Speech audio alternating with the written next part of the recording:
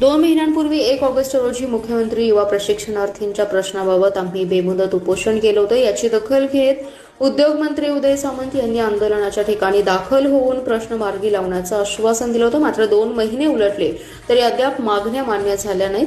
11 महिन्यांचा कार्यकाळ प्रशिक्षणार्थींचा संपला, आता ते पुन्हा बेरोजगार झालेत। आमचे प्रश्न मांडण्यासाठी एकनाथ शिंदे यांची भेट घालून द्यावी अशी मागणी होती, त्याकडे देखील दुर्लक्ष केलंय।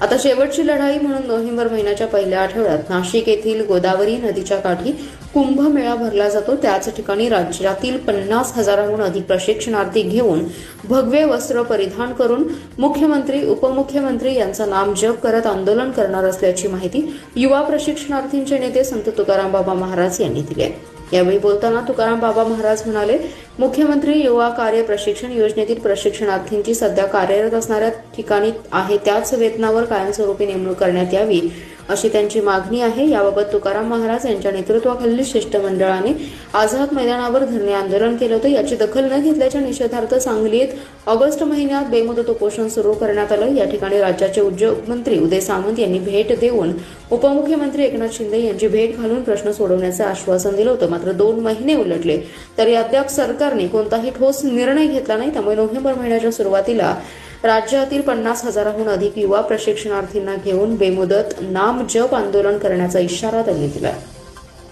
प्रशिक्षणार्थींना त्यांच्या कार्यरत आस्थापनेत नेमणूक ठिकाणी कायमस्वरूपी रोजगार देण्यात यावा, रुजू दिनांकापासून वय ग्राह्य धरण्यात यावे, सध्या देण्यात येणारेच वेतन देण्यात यावे, युवकांची गरज असेपर्यंत ही नियुक्ती देण्यात यावी आदी मागण्यांसाठी हे आंदोलन सुरू करण्यात आले।